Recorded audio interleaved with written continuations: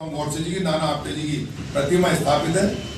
उस स्थान पर आज हम नाना आपटे और नाथूराम गोडसे को अपना आराध्य मानते हुए शपथ ले रहे हैं कि आने वाले निकाय चुनाव में जो प्रदेश में होने जा रहे हैं उसमें मेरठ में और मेरठ जनपद के साथ साथ आसपास के जिलों में भी हम अपने प्रत्याशियों को सभासद पद हेतु, जिला पंचायत हेतु, मेयर पद हेतु चुनाव लड़वाएंगे। और प्रत्याशियों से हमारी पहली शर्त ये होगी कि जो प्रत्याशी कहीं से हारा है, उसे कोई पार्टी टिकट नहीं दे रही, उसे हम टिकट देंगे।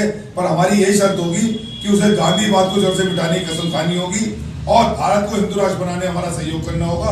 और किसी भी तरीके से अगर हम मेरठ के नगर निगम पर काबिज होकर अपनी सत्ता लाने में कामयाब होते हैं तो हम मेरठ का सर्वप्रथम नाम बदलकर नाथूराम गोडसे नगर करने का कार्य करेंगे। इसके साथ साथ जो आए दिन धर्म परिवर्तन जैसे मामले चलते हैं या और भी हिंदू विरोधी कार्य चल रहे हैं, उन पर सब पर रोक लगाने कार्य करेंगे।